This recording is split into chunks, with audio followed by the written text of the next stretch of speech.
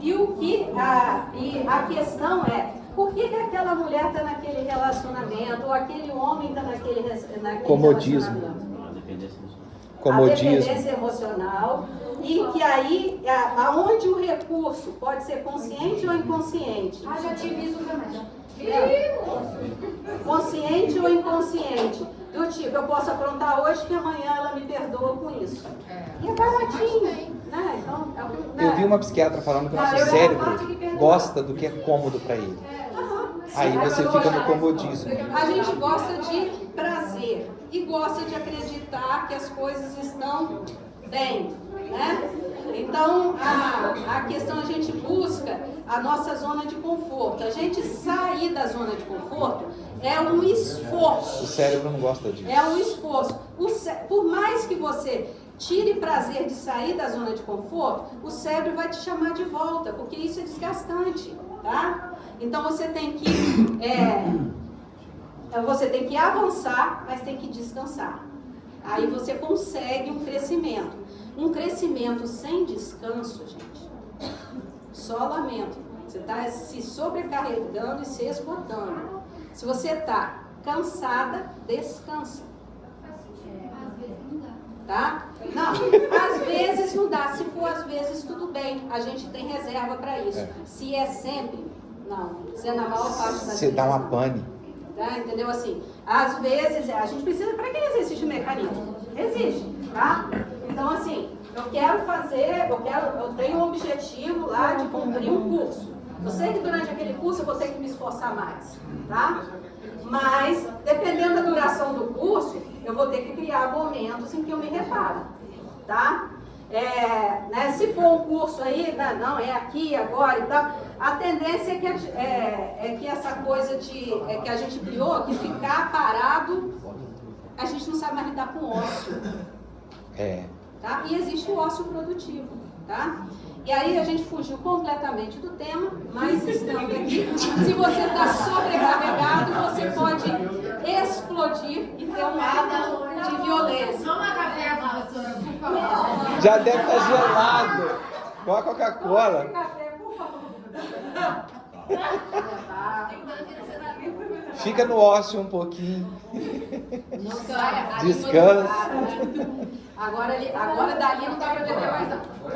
Aí é o seguinte, gente, às vezes a gente está na sobrecarga e estoura. Tá? Não descansou, não dormi, não reparei o sono. No outro dia seu pavio tá mais escuro.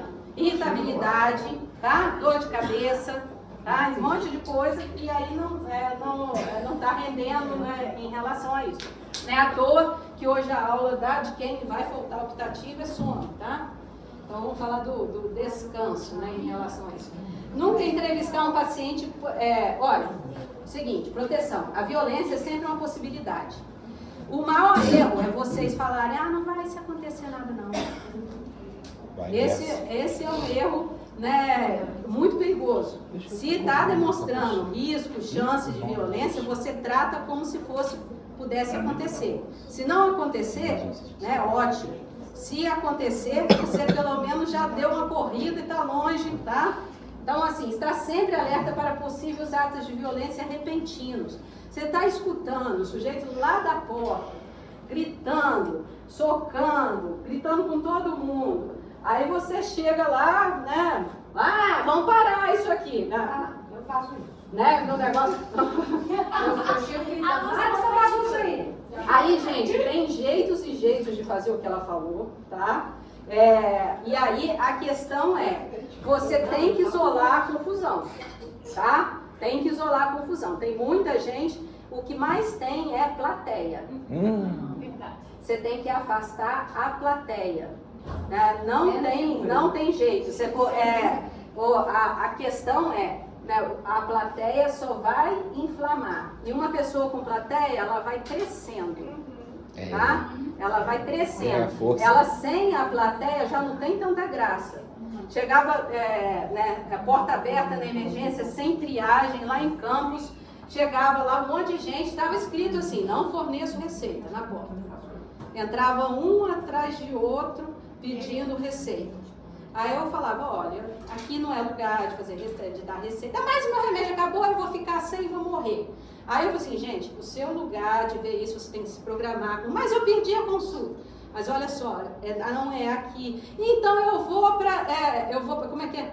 Lá em Campos, TV, eu vou para, não sei, eu vou para algum programa desse. Né? Isso, exatamente. Vou para lá. Eu falo assim, olha, não, senhora, mas isso com deboche não, tá? Não, senhora, é o seguinte, se você quer resolver alguma coisa de falta de remédio, que você não está conseguindo consulta para poder ter a sua medicação, você tem que ir na Secretaria de Saúde.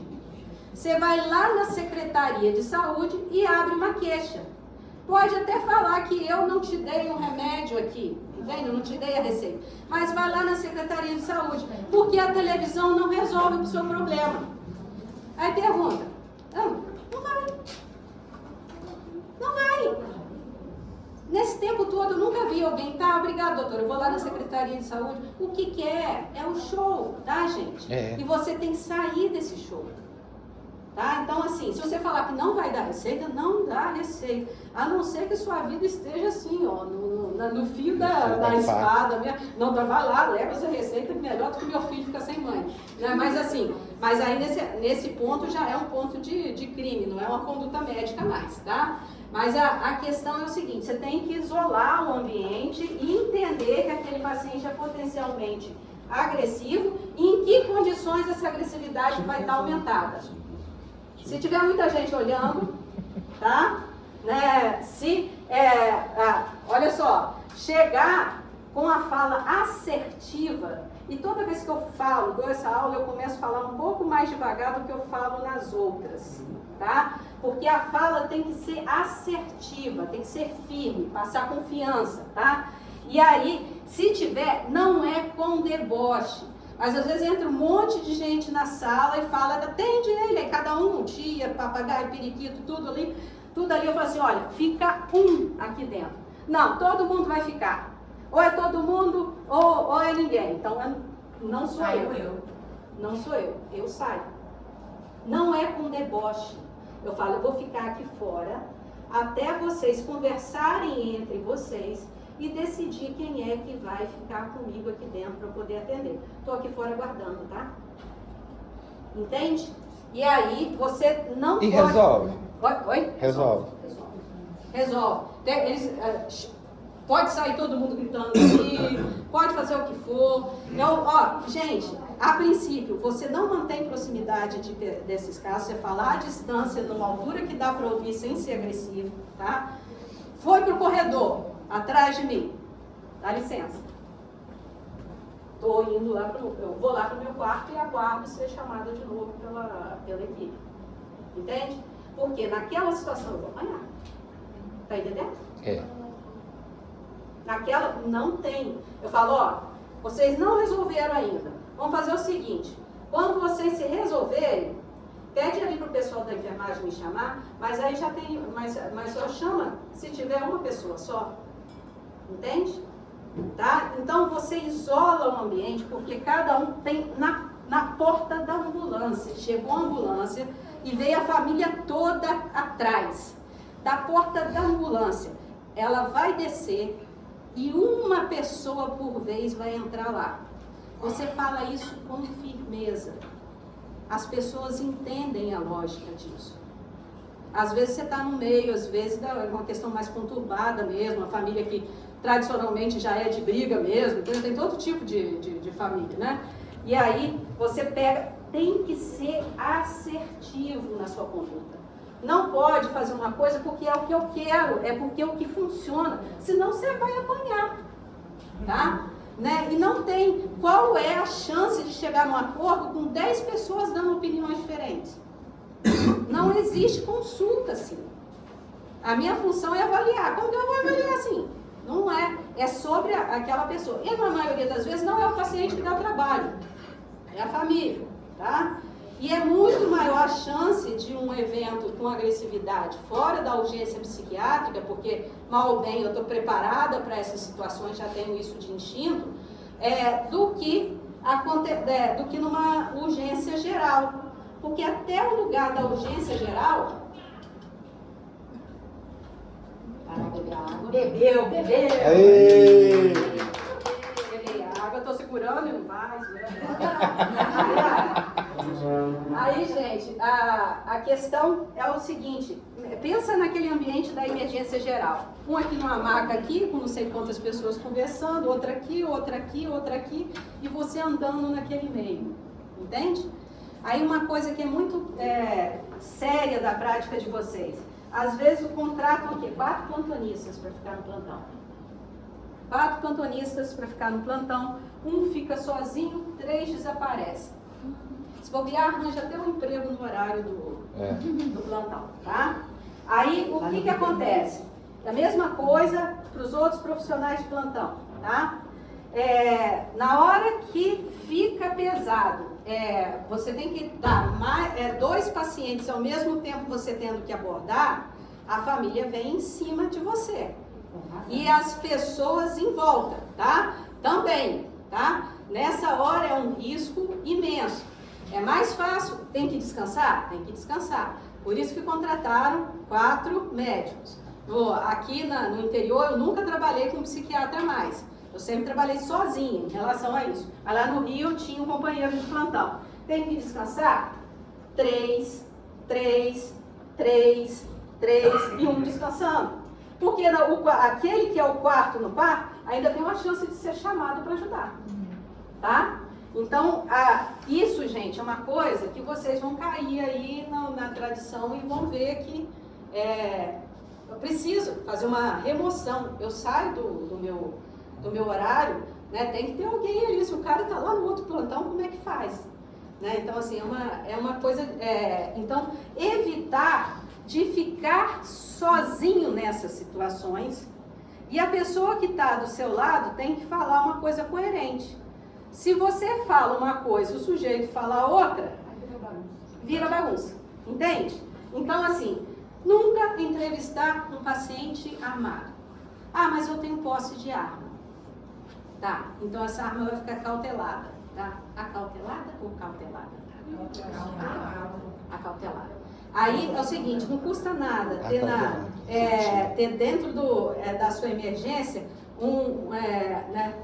a questão de um armário, né, para dentro, não para o lado de fora do público, né, aonde a pessoa possa colocar a arma, pegar a chave e colocar no bolso, tá? Então, a questão é o seguinte, você não vai entrevistar um paciente armado, tá? Atendeu uma semana passada que a paciente chegou com um canivete enrolado numa camisinha, introduzido, entrou lá no hospital, tirou o canivete e foi tentar cortar todo mundo. Que isso? E aí tira o canivete da mão dela. Que tira. Aí eu falei, se você eu ia correr, era muito, minha filha, abandonava você pela avião e não ficava não. No Rio, Úrsula?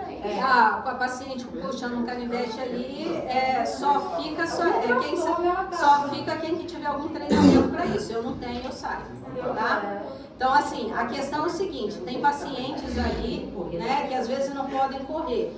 Uma coisa que a gente fazia, que eu acho que eu já falei para vocês, no CAPSA deles, às vezes morador de rua tem faca, tá? E a gente negociava para eles não levarem a faca para o serviço. Jesus. Tá? Então, porque para a gente não ter, né, algum problema desse tipo. Mas uma emergência geral acontece muito isso, né, em relação, a princípio, você não pode entrar revistando o paciente, né, revistando, abre o bolso, não sei o quê, né, não dá para fazer isso. E cuidado com os gatilhos que vão fazer essa pessoa puxar a faca. O paciente está em abstinência ou intoxicação de droga. O mais rápido possível a equipe tem que conter esse paciente, tá? Porque dali pode sair qualquer surpresa e ele não vai reagir à sua entrevista até que aquele quadro passe, entende? Então, assim, é uma coisa importante. Nunca entrevistar um paciente potencialmente violento sozinho ou em consultório com a portas fechadas. Aí tem uma outra questão que entra. É a logística do local que você atende, tá? No consultório é onde a gente mais se descuida disso. A mesa fica muito bem naquela parede ali, sabe? Então aqui os pacientes vão olhar, né, a decoração, o quadro ali atrás. Você não pensa muito com essa logística de ter que sair do consultório. E às vezes os nossos consultórios, vocês podem ver, CAPES infantil, quem rodou comigo lá, eu tava presa ou não estava presa? Estava presa. Aí pensa numa coisa, a posição correta é, a porta está equidistante sua e do paciente. Se o paciente tiver que correr, ele corre. E eu também, tá? Aí E olha assim, gente, não dá, isso já tem que vir tudo programado antes, tá? Tem que Eu ia ter uma vir, saída secreta. você já tem que estar olhando para isso. Olha, uma vez, eu tinha duas portas. Eu tinha, aqui entrava normalmente o público e eu tinha uma outra porta que eu saía por aqui, né? Aí o paciente entrou por aqui, eu não chequei se essa porta estava aberta ou fechada. Estava fechada. O paciente não, o filho da paciente encostou na porta de cá, tá? Encostou na porta de cá e dali ficou me ameaçando. Eu ainda fui tentar abrir a porta. Aí eu encostei na porta, né, meio que escondi assim e vi tá fechado. Agora sou eu. Agora lascou. Né? Então assim, olha só, ele tá gritando. Que da equipe? Ninguém aparece. Não atenda sozinho. Sua equipe está assistindo Netflix. Corta a internet. E o que você acabou? Tá? Corta a internet. Pior coisa do mundo é plantão que tem internet funcionando. Some todo mundo para assistir, tá? O negócio tá ali. Aonde essa sala é localizada? Mais próximo possível da próxima sala onde tem atendimento, que é o da enfermagem, tá? O paciente está gritando, mas está segurando a porta. E a porta de cá, a enfermagem tem a chave, tá? Eu não estou gritando, porque se a enfermagem não entrar, se eu gritar com ele, estou dançando, tá? Então eu vou tentando conversar e torcendo para alguém abrir aquela porta dali. Conversar, gente. Conversar. É isso. É antes, não é depois. Não é com um dia, é com o tempo. Vocês vão pegando, deu errado. Entendeu? Não faço mais assim. Mas assim, olha, eu tenho 1,56 m. Se eu fosse maior e tivesse um preparo de luta, tá errado, eu não posso rolar com o paciente. Se eu rolar com o paciente, o que vai acontecer? Processo.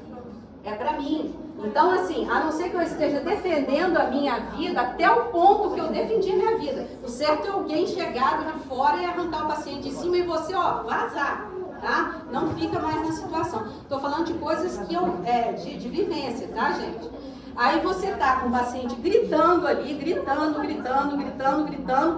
E aí tem uma hora que você não está respondendo, reagindo a ele, mas também não está abaixando a cabeça, nem olhando de forma desafiadora, nem debochada, tá? E nem gritando, socorro, entendeu? Tá? Então, não, negócio do tipo... Porque olha só, a altura que o paciente já está falando, já diz alguma coisa, tá? Então assim, se tiver... não, tá longe... Primeira coisa, você não grita socorro. Grita socorro se alguém vem atrás de você. Incêndio. Você grita fogo. Você grita fogo. Mas fogo. aí a pessoa morre? Não, é o seguinte, não morri não. Não, você tem. A pessoa.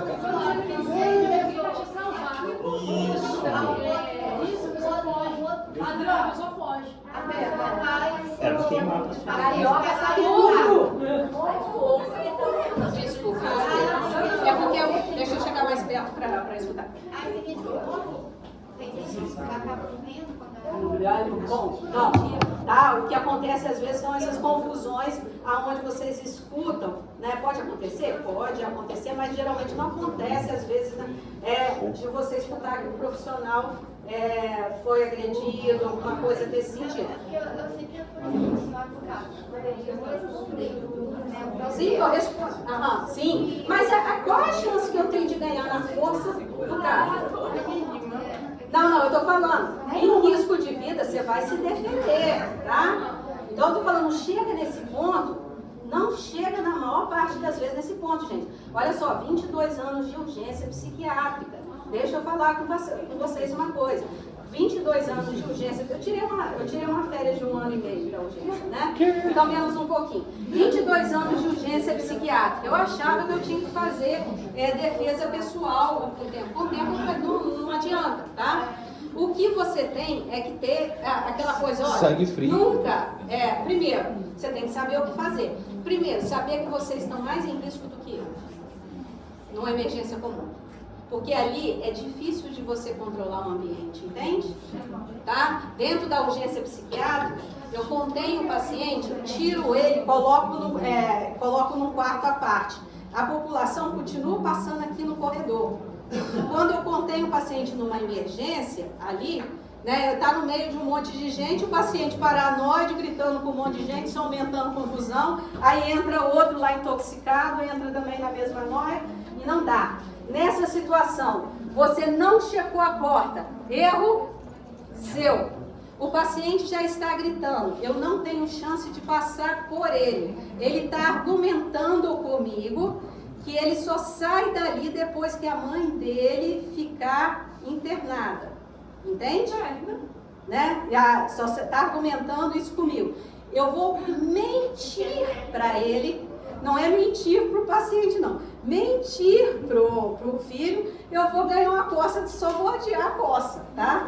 Então, assim, presta atenção. Gente, é muito hora de calar, hora de falar, não entrar assim, olha, não funciona dessa forma. Não funciona obrigar alguém a internar. Eu preciso até avaliar sua mãe e eu não estou conseguindo, entende? Se você não ficar respondendo, tem uma hora que, a não ser que o cara seja realmente um antissocial, tá? Ele cede, tá? Por quê? Ele não está sendo provocado, tá? Se você falar aquilo que você tem que falar, e olha, gente, o nosso cérebro lê mentira facinho. Lê mentira facinho. Então, eu não sou o tipo de pessoa que eu vou te fazer uma promessa e depois vou descumprir.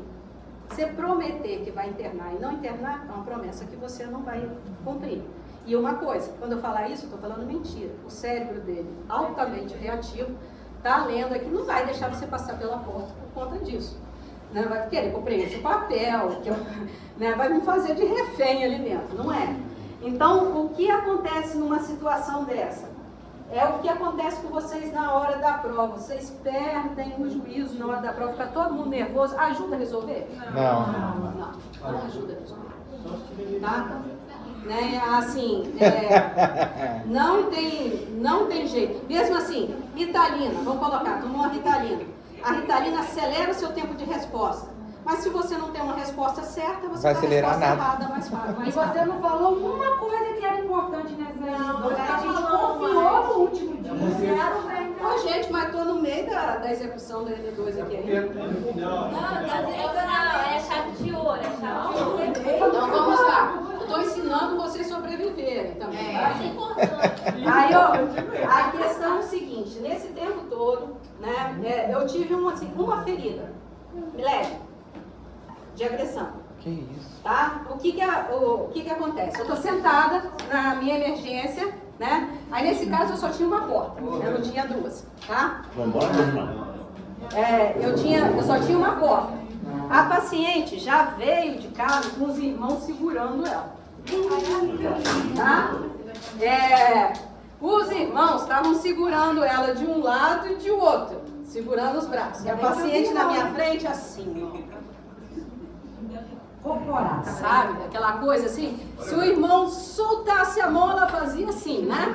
Tava processo. Aí imagina só, a força que aquela mulher tem para vencer o negócio.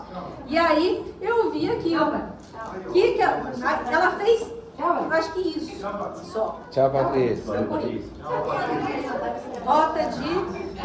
Olha lá, deu tchau pra você também.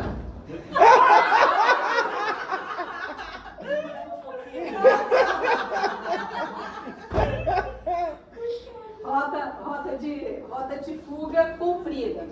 Só que a paciente tem tanta força nessa hora, a mesa era pesada, gente. Você corre, e às vezes é um segundinho assim, pegou a quina da mesa aqui só no corpo, né? Não machucou sério, se eu tivesse jogado ali com a mesa. Aí ali era um trauma. O que eu fiz? Instintivamente, corro. Mas também corro porque eu sei os sinais da... Não vou... Perdeu, não tem chance de conversar. Mas você correu por onde? Eu corri, tinha a rota de fuga, eu corri pro mundo. Essa uma situação que ela chegou assim, com alguém segurando e tal, não era pra fazer uma contenção pra você abordar? Sim, eu tenho que caminhar ela pra dentro da enfermagem, que tá lá dentro pra poder conter. Entendeu? Então assim, eu tenho que chegar lá na enfermagem e chamar. Por isso que eu falo que a Netflix é um problema muito sério, tá, gente? Então, eu falei dos médicos que trocam plantão enfermeiro, também troca muito mais, tá?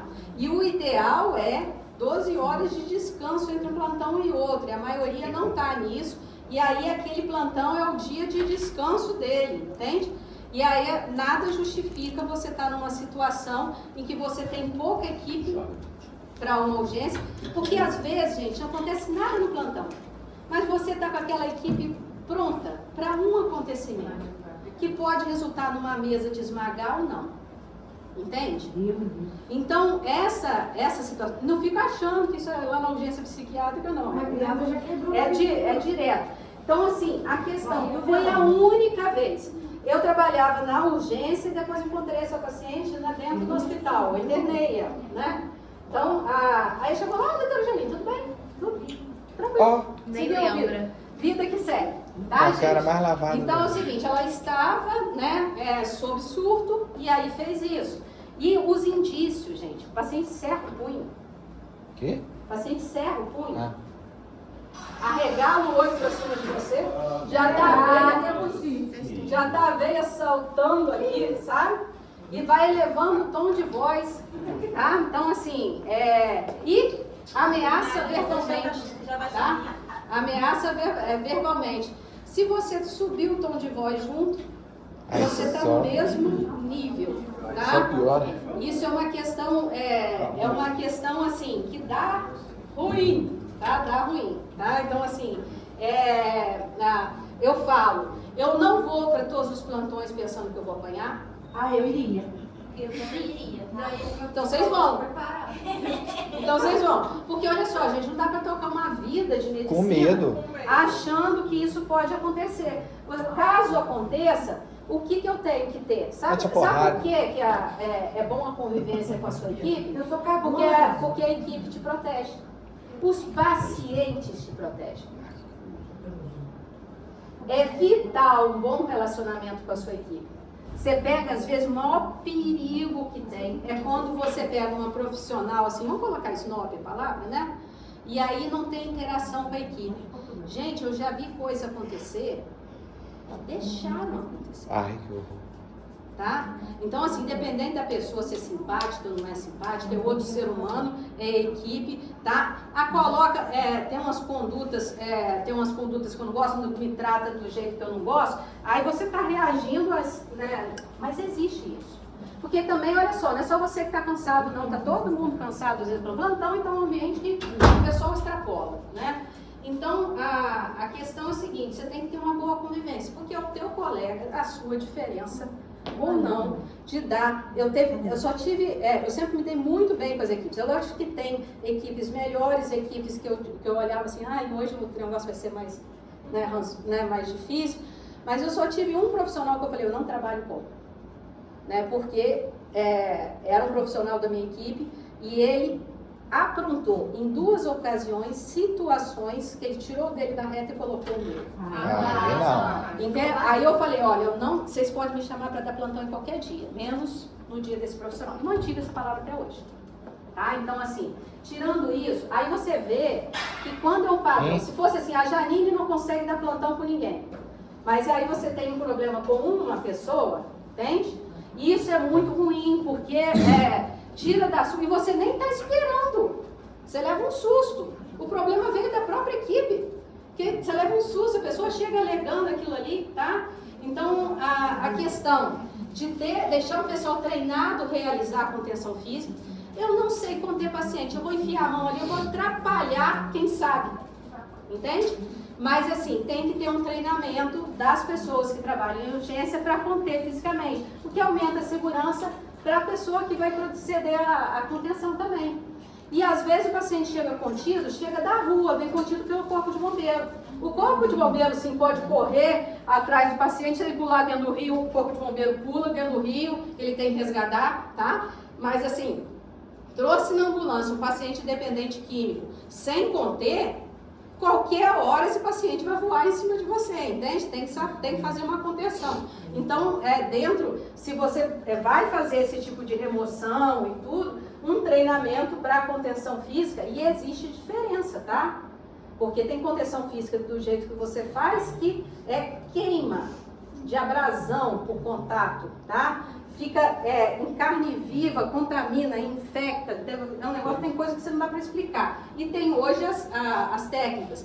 E aí, por exemplo, a camisa de força seria melhor, tá? Proibido, né? Não é proibido não, a gente só não tem. A questão é que tem uma ideia ruim. Não, é uma ideia ruim, mas é muito mais difícil ter uma camisa de força do que ter cordas. E o problema é que manda para a corda da lavanderia, a lavanderia não manda as cordas de volta. Aí você assume o plantão, cadê as cordas, né? Aí e as cordas já estão para lá de Bagdá, não segura nada. Tem um paciente, que faz o quê? Umas 3 semanas, eu falei, fulano, você tem que me explicar como você se solta de todas as contenções, porque a gente tem que aprender um nó diferente para você, entendeu? Eu não explico de jeito nenhum, mas ele já estava melhor, né, em relação, já estava dando para brincar um pouquinho com ele.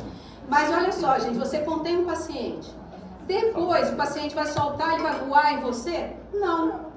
Só se você, quando tiver com ele contido, você for lá, der um tapa na cara, xingar, e acontece isso? Acontece.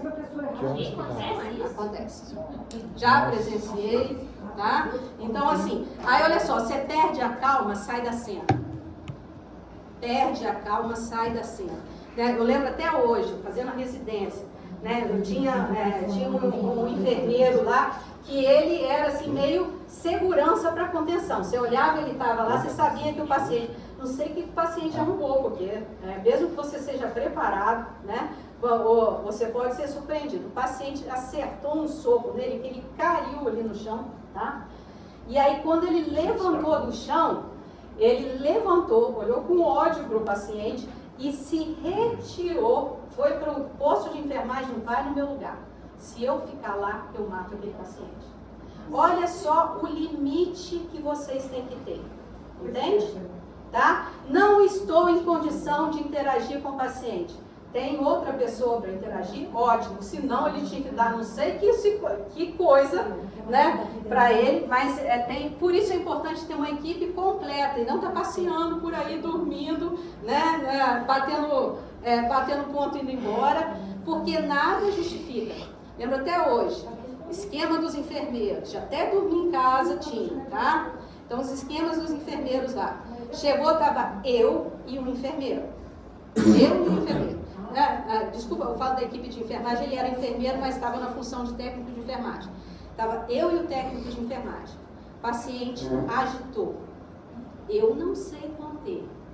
Confiaram que ele faz isso sozinho, porque ele fazia isso sozinho. O que aconteceu? Quando ele começou a tentar conter o paciente que estava aqui, o paciente estava aqui no outro leito, veio e voou no pescoço dele. Tá? E aí, cadê os outros? Sabe quem que ajudou? O acompanhante desse paciente que estava aqui. Foi lá, puxou o filho, tirou de lá. E aí ele estava todo arranhado. Eu olhei para a cara dele, eu não precisei comentar nada.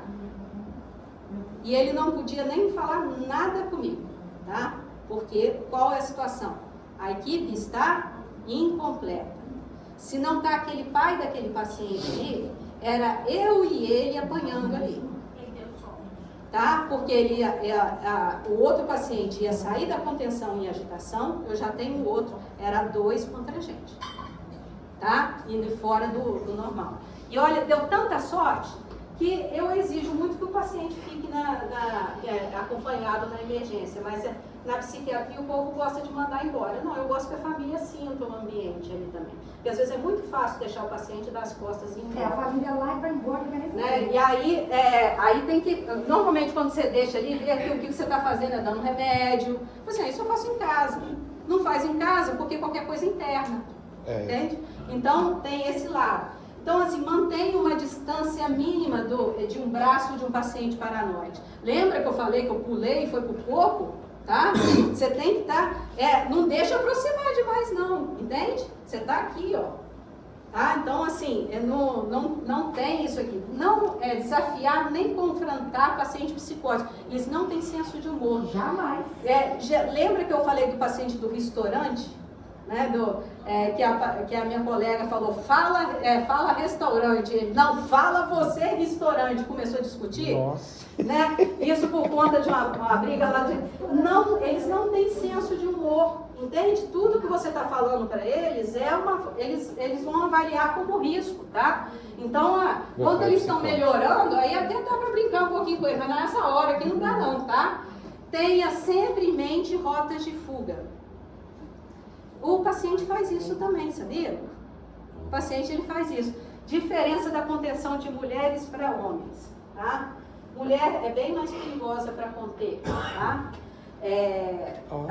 A questão é o seguinte, o homem, ele vai olhar aqui, por exemplo, tá ele ali, aí eu vou olhar aqui dentro das saídas. Eu sei que eu vou ser contido, já conheço o protocolo, eu vou conter. Aí é o seguinte, assim, dá para eu segurar um e correr? Eu vou em cima do que eu acho que eu tenho mais chance de ganhar a briga, entende? Porque você vai parar para socorrer ele e eu vou sair correndo. O homem avalia um pouco mais a situação e vai em cima de quem ele acha que vai perder a briga. Às vezes, quem ele acha que vai perder a briga é aquele que é justamente o mais forte, tá? Então, assim, ele erra nesse ponto. A mulher não. Tá aqui os dois. Ela sabe que vai ser segurada, tá? Então, o que acontece? Ela arranha, morde, né? Se tiver chance de fugir, vai sair arrastando, quebrando o vidro, tá? É uma contenção altamente desorganizada. Alguém já foi contido, gente? Cíntia. Eu lembro até hoje. Esse hospital daqui, foi contido? Esse hospital daqui. Não foi nem fácil, professora. Não, você tá rindo, eu peguei ali. Nesse hospital aqui, né, vai que lembrou de uma história, né? Então, vamos lá. Eu já tenho um caso. Nesse hospital aqui, gente, uma vez, eu entrei e saí da sala. A paciente estava lá para ser internada. Mulher, tá? O que normalmente faz?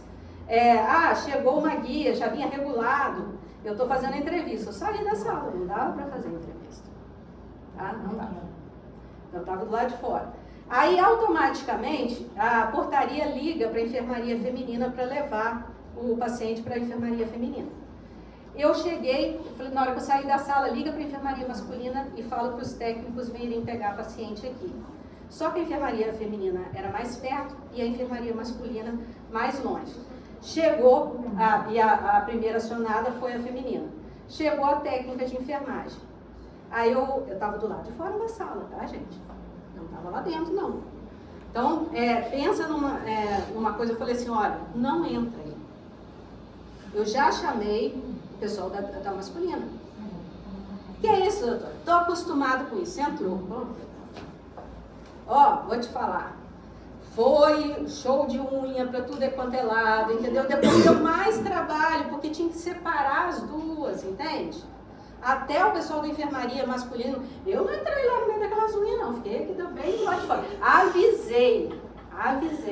Quer achar que a doutora Janine é frouxa, que não segura a mulher? Eu sou frouxa mesmo, não vou segurar, entendeu? Tá? Então, assim, a questão eu avalio o risco. Tá? Eu avalio o risco. Você tem em mente rota de fuga. Tá? Nunca dá as costas para o paciente potencialmente agressivo, né? Você anda do lado. Ele está querendo começar a andar para trás, você anda para trás também, entendeu? Então assim, você vai do lado, em uma distância, tá? várias vezes. Gente, eu não tenho força, eu não tenho técnica de contenção. Sabe o que eu sei fazer? Medicar.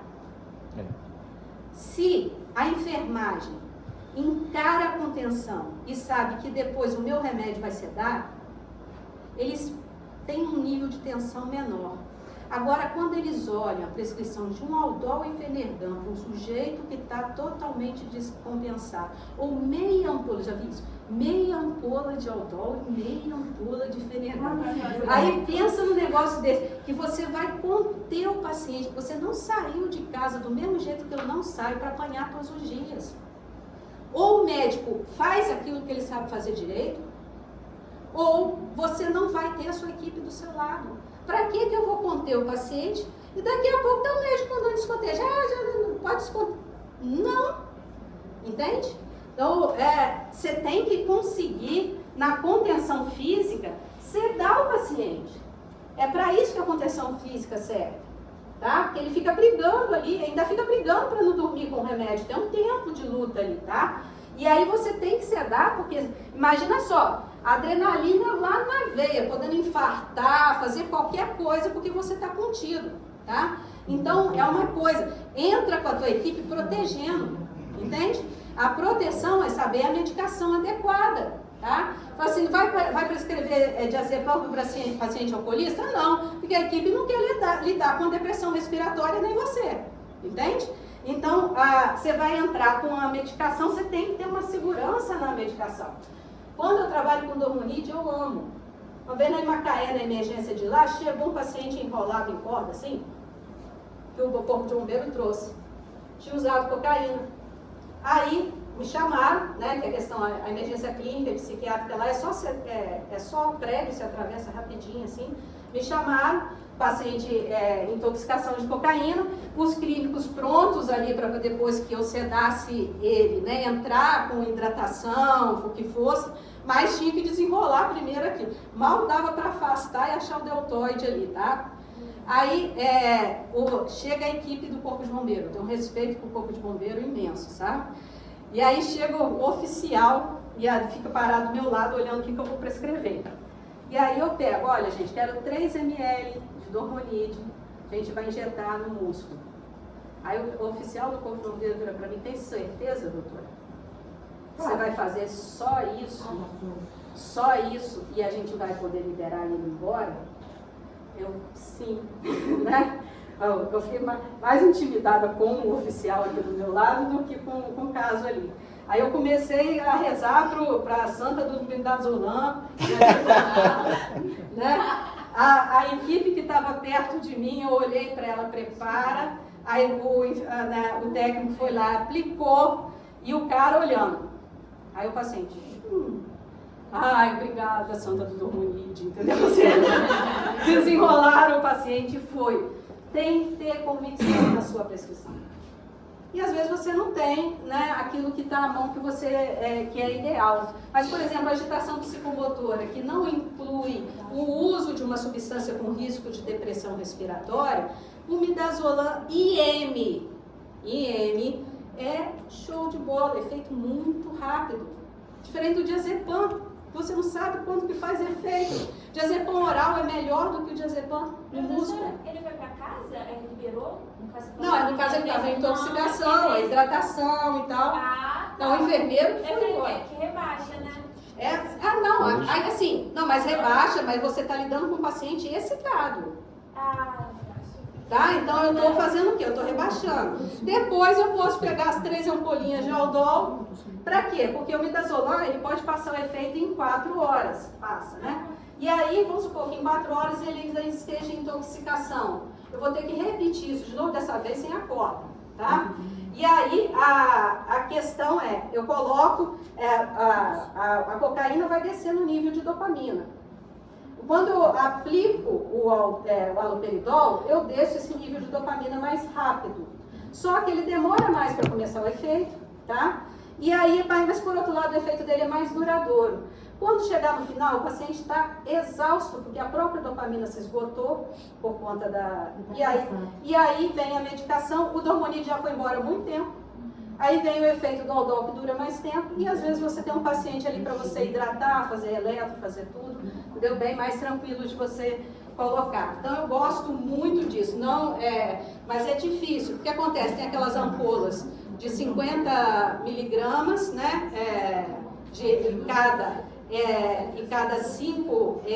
Cada ml é 5 miligramas, tá? Então a ampola grande. Aquilo é porque aquelas ampolas pequenininhas que tem 5 miligramas naquele vidrinho ali não dá para você medicar, aquilo é feito para IV, tá?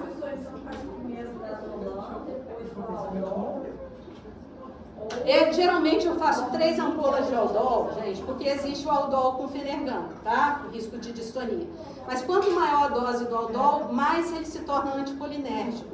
Então, de vez de eu colocar 2 ampolas de Aldol e uma de Fenergan, eu já coloquei uma substância sedativa, entende?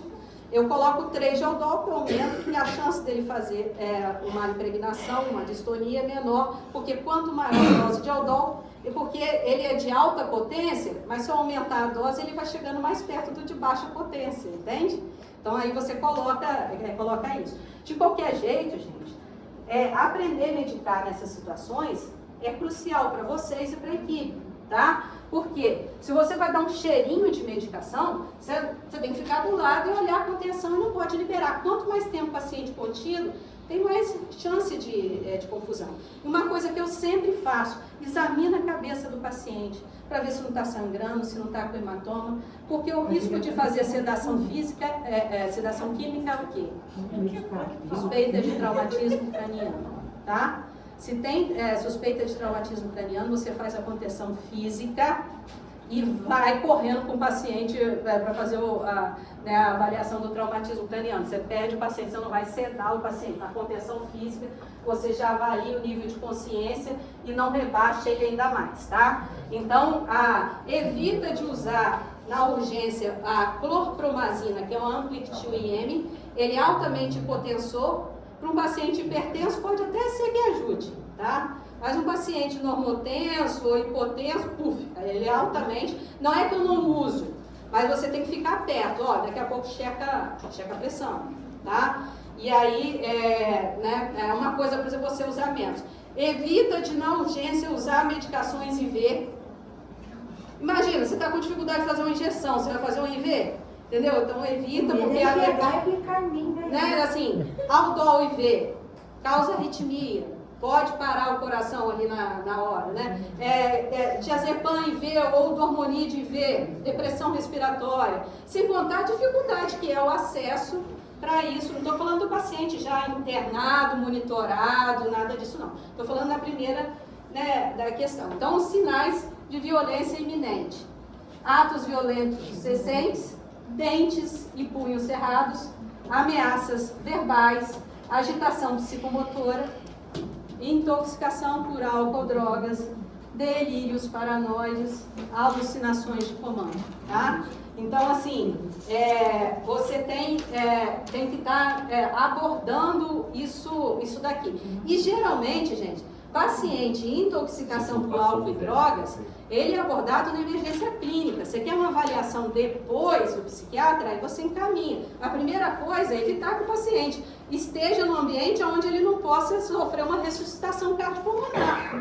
Entende? Então, assim, aonde você colocar um soro para ele, vira uma arma para o outro paciente que está no leito do lado. Imagina se eu tenho um soro naquele dia que o paciente, estava eu e o técnico de enfermagem e ele foi para cima da gente, ele foi com a mão. Se tivesse ali um suporte do soro, tá? Então é uma coisa desse tipo. E outra coisa, Já passou muito risco de vida. não. Não. Garanto, eu tenho um histórico de colegas que não são psiquiatras, que apanharam de paciente mesmo, que foram arrastadas, entendeu? Não, professora, é um risco, entendeu? Não, mas isso é porque o risco é uma coisa que eu trabalho. É uma coisa que eu trabalho. Você se antecipa. É por isso que você tem que ter uma equipe de treinamento para contenção. Se eu for conter, imagina o meu sucesso em contenção. Nenhum. Eu não fui treinada. Entendeu? Então, assim, posso até estrangular um paciente numa coisa dessa. Tem lá o treinamento, e isso Na enfermagem, não é para quem é enfermagem que trabalha na psiquiatria, não. Isso é um treinamento para a enfermagem geral, porque isso daí é risco para todo mundo. Se o paciente ficar contido, eliminou já um riscão, entendeu? Então, dessa questão de agressividade. Isso chega toda hora. Pensa no paciente que usa cocaína, paciente que está lá em uso de álcool, todo, né, todo descompensado. Isso chega toda hora, gente. Briga de família, chega toda hora. Eu detesto quando encaminho briga de família para o meu plantão. Não é só porque gritou é da psiquiatria. Não é, gente, entendeu? Eu já falei, né, da mulher que quebra o carro do homem, né? Ela tem que ir para a delegacia, não é para psiquiatria. Então, gente, a gente faz a contenção física. Aí a questão do uso de antipsicóticos, né? Aqui tem 5 miligramas por ml, é uma ampolinha, tá? 10 miligramas são 2 ampolinhas. A cada meia hora ou 1 hora até a estabilização do paciente. Aí você fica ali do lado, fazendo isso. Eu já vou com 2, porque eu coloco uma de Fenergan, eu uso uma musculatura no máximo. Se eu colocar uma, eu já gastei a musculatura fincando, estou colocando ali na musculatura. Pensa bem, o haloperidol, ele tem 1 ml, certo? Tá. Fenergan tem 2 ml. 2 ml. É 2 ou 2 ou 3? Não, 1, Ah, tá? 1 Dodol, Fenergan tem 2. Eu tenho 3 ml aqui. Eu vou usar o glúteo. Meu glúteo suporta normalmente 4. suporta mais. Não. O meu mais. O meu mais. Mas estou falando em geral, né, o glúteo suporta 4. Eu fui inadequado em relação a isso. Nessa daí, vou usar 2 ampolas de Odol e uma de Fenergan. Usei a musculatura plenamente. A dose de 5. Se eu tiver que repetir, eu vou ficar toda hora furando a musculatura do paciente. Até isso você tem que contar. Sem contar que poucos têm indicação de 5. Você vai pensar, é um paciente mais caquético, é um paciente idoso. Aí até faz sentido você passar meia ampola. Agora, um paciente rígido, agitado, cara, de 5 para 10 aqui, é o demais. Você lembra que eu falei que eu faço 15, né? Porque aí eu pego 3 ml. Às vezes eu coloco 4. Tá? Aí eu falo de colocar 2 ampolas, né, com uma de Fenergan, por exemplo. Por que a gente coloca Fenergan? Para evitar a distonia, tá? Que é aquela contração, né, o paciente vira olho, fica cialorreico. Aquilo é uma cãibra, imagina uma cãibra no seu pescoço, no seu olho, mantido aquilo, né? Então aquilo que melhora é com biperideno, a injeção de biperideno e com Fenergan. Para você evitar que o paciente tenha isso, porque em geral é o primeiro efeito colateral do antipsicótico, você coloca o Fenergan. O Fenergan lá tem um efeito sedativo também, mas atrapalha o efeito do Aldol, fica menos potente. Então por isso que às vezes eu prefiro aumentar o número de ampolas de Aldol. Estou falando que é o certo não, mas tem uma lógica, tá? Então você tem que ter uma lógica para dedicar. Aí até o máximo de 50 miligramas dia. Isso aqui é dentro da segurança. Você pode fazer mais? Sim, desde que você esteja lá presente do lado do paciente. Isso daqui ou benzodiazepínicos potencializam o efeito do antipsicótico. Só que pensa bem, o benzodiazepínico oral é mais rápido do que o IM, tá? Então, conforme suspeita inicial. Aqui você tem que excluir que ele tem usado uma substância depressora como o álcool, ou que ele já não tenha tomado bastante benzodiazepínico em casa numa tentativa de suicídio. Aí você coloca mais para dentro, não tem sentido, tá? Então, para pacientes cronicamente violentos, a gente tem uma prescrição de beta-bloqueador, tá? Se tiver indicação, às vezes, por exemplo, paciente asmático não pode usar a questão do propanolol, por exemplo, que não é seletivo e tudo.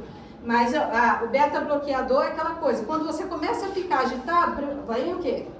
Resposta adrenérgica, aumenta batimento, né, e tudo. Quando o beta-bloqueador segura isso um pouquinho, às vezes é uma estratégia para enfrentar uma prova, né? Também é uma coisa, tipo, você está muito nervoso para uma apresentação, tem gente que, ou vou pegar o avião, morro de medo, né? Então usa o beta-bloqueador nessa situação, mas é para cronicamente violento. Semana que vem vai vir todo mundo bloqueado. Não é para violência aqui não, tá?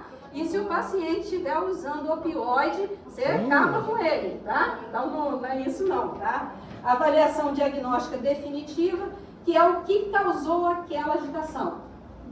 O que causou aquela agitação? Eu consegui reverter ali, depois eu tenho que dar, né, o melhor encaminhamento possível para esse paciente e fazer uma avaliação de risco. Já saiu, né, tá mais calmo, né, fiz os exames, está tudo ok, show. E a internação pode ser necessária se eu não conseguir conter esse momento, tá?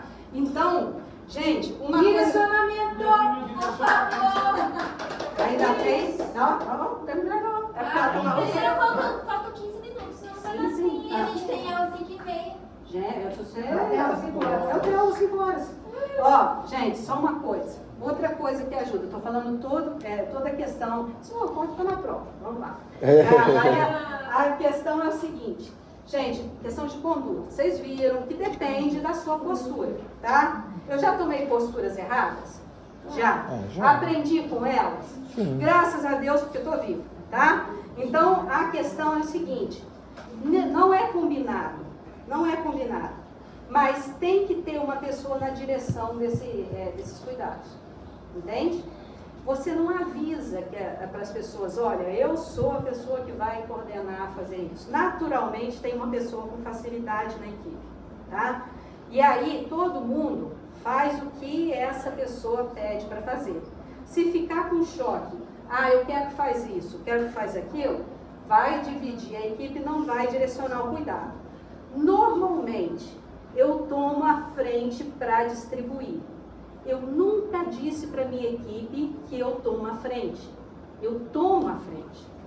Eu falo, pega isso, pega aquilo lá. Entendeu? Assim, automaticamente, e eu não tenho uma fala arrogante, eu não tenho nada disso, eu grito com as pessoas, é assertividade. Tá? Você sabe o que tem que fazer. Você pega equipes diferentes, tem troca de equipe toda hora, troca o funcionário. Então você sabe o que você tem que fazer naquela situação. Você fala, olha, aqui, ajuda fulano aqui a conter porque ele não está conseguindo conter. Aqui, você já está liberado, pega tal medicação lá para poder a gente fazer. Então assim, a gente vai direcionando. Na hora eu coloco a mão? Não coloco a mão. O que eles estão esperando de mim? A prescrição. Eu tenho que passar segurança nessa hora. Estudem as complicações. Estudem por que vocês estão fazendo glicose ou não no paciente. Estudem que dose vocês podem usar. Eu coloquei aqui 50 miligramas. Eu já fui a muito mais do que isso, porque aí eu sei do que eu estou tomando conta. Já vi complicação rara, né, de psicotrópico porque eu estou na chuva para me molhar, entende? E tem uma coisa, eu prefiro o plantão terminando do que o consultório terminando. Porque quando acabou o plantão, missão cumprida. Vou para casa, não tem mais nenhum compromisso com aquilo ali. Quando o consultório termina, às vezes é a hora que eu começo a jogar de mensagem para cima de você. Olha, uma coisa, gente, não é obrigado a dar o telefone para o paciente não, tá? Então, atenção, essa questão do tipo, é aquela coisa, o primeiro contato assusta, será que eu vou dar conta disso? Mas quanto mais assertivo você for, uma pessoa de 1,56 m pode direcionar uma equipe sem saber que ela está sendo direcionada. E outra coisa, ele pegou, entrou e começou a direcionar. Eu estou aqui na posição de receber ordem, entende? Eu entendo essa dinâmica. E a equipe é bom que tenha esse treinamento, mas às vezes esse negócio de treinamento no Brasil é muito difícil, até porque ninguém tem tempo, né, para fazer os treinamentos, né? E a gente está emendando o plantão, e aí você tem que lidar com o profissional que está cansado, tá? Tem que lidar com o seu próprio cansaço, e aí tem que aumentar o policiamento. Eu estou cansado. Cara, teve uma época que o pessoal me estranhou, eu estava assim, para explodir. Coloquei uns 3 pacientes no lugar que eles nunca tinham visto colocar. Isso é bom? Não. Isso se chama burnout, esgotamento, sobrecarga. Você está saindo do seu lugar. O que eu falei, eu não tive resposta do lado, porque assim, imagina que passa na minha cabeça 1 milhão de coisas. Eu escolho o que eu falo. E quando eu não fizer essa seleção, ainda fizer para ofender? Entende? Escolher, pensar que vou ofender. Entende? Tá? Não tem mais a quantidade de argumento que roda na sua cabeça, você deixa de falar. Às vezes, onde você solta, dentro da sua família. Então, não descansa, vai dobrando plantão, vai chegar na família lá e vai esforrar em todo mundo, tá? Gente, então, direcionando vocês estão mais que direcionados, tá? Eu não dou estrelinha em nada. É verdade. Gente, hoje é a questão da encefalopatia de Wernicke que é importante, né? Opioide é importante, né? A questão é importante. Olha só, gente. Opioide, intoxicação por opioide, né? É importante. Eu estou falando da dependência química, né? A questão de fatores de risco para agressividade, fatores de risco e de proteção para suicídio, tá? Isso são coisas importantes, né? Abordagem, por exemplo, né? Abstinência, né? Abordagem da abstinência, abordagem da intoxicação, né? É diferente em relação... diferente, medicamento também. Isso. Eu coloco lá o paciente tem intoxicação de álcool, eu coloco o diazepam, 30-40% da turma marca diazepam, tá? Então, esse paciente tentou suicídio com clonazepam. Aí vai lá, qual a medicação que você faz? Benzodiazepina. Eu tô falando o contrário, tá, gente? Tá? Tô falando... E uma coisa, tá o caso clínico lá. Você não faz pergunta pro caso clínico, nem discute com o caso clínico, tá? Tá lá.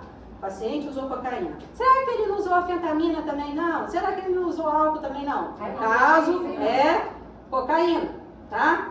Você não tem mais chance de fazer nenhuma pergunta, nem de examinar hálito, nada disso. Aí, falou assim, passou um remédio aqui que não passa para isso. Como é que pode, doutor?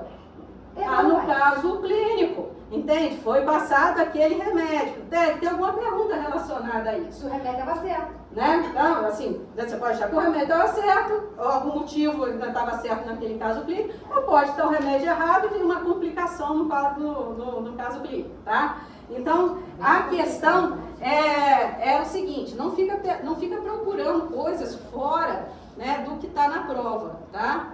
E, gente, uma coisa que eu sempre faço, eu faço a prova lembrando no que eu conversei aqui com vocês.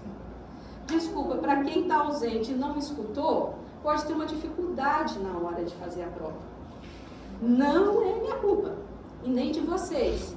Não pode ficar agitado na hora da prova por conta disso. Mas aí dois de boa, né? Não, primeiro, que a matéria é bem menor. A gente discutiu, a gente falou sobre as coisas, né? A gente deu exemplo, vários motivos aqui. Essa aula eu tenho uma outra aula preparada, às vezes porque, né, a questão, mas eu dou o tempo que esses assuntos merecem, tá? Então, vai estar dentro do que a gente discutiu aqui. Não quero vocês agitados no dia da prova, mexendo na cadeira para um lado e para o outro, conversa, isso atrapalha. Tá? Isso geralmente não é de quem vem às aulas e assiste e fez, entendeu? Isso às vezes, e aí bagunça a coisa, e eu detesto isso, tá? Porque assim, ambiente conturbado para fazer prova é a pior coisa que existe, tá, gente? Tá? Então assim, e para quem acompanhou todas as aulas, fica difícil de raciocinar, tá? E às vezes, cara, lê a prova, não entra em desespero não. Quantas vezes eu já coloquei lá uma pergunta discursiva, na prova tinha uma objetiva que respondia a ela. E assim, vou te colocar a minoria, se tocava disso.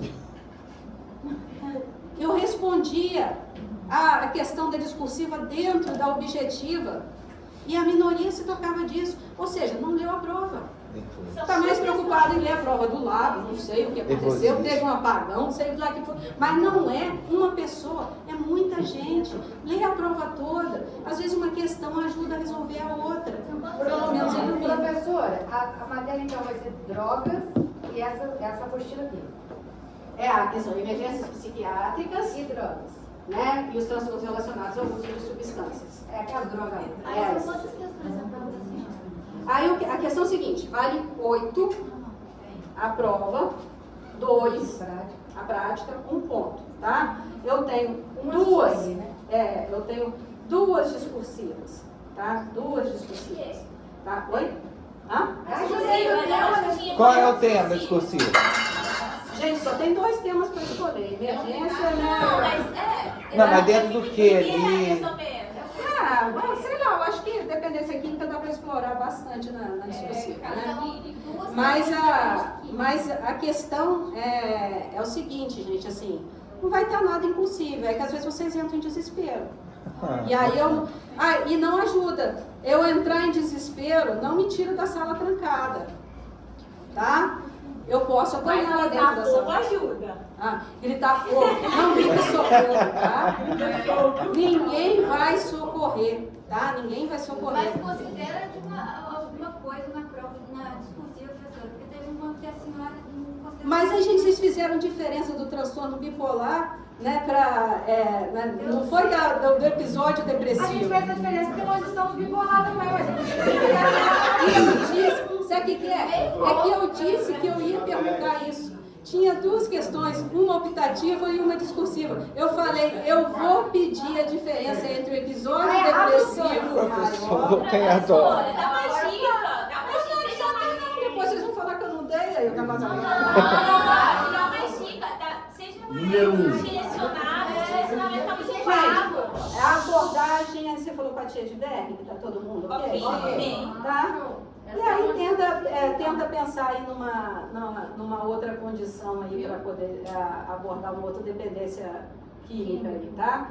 Então, na questão, mas, em geral, eu acho que está até difícil de eu levantar a questão, porque o material tá pouco. Mas você é criativa. Se você quiser publicar nós.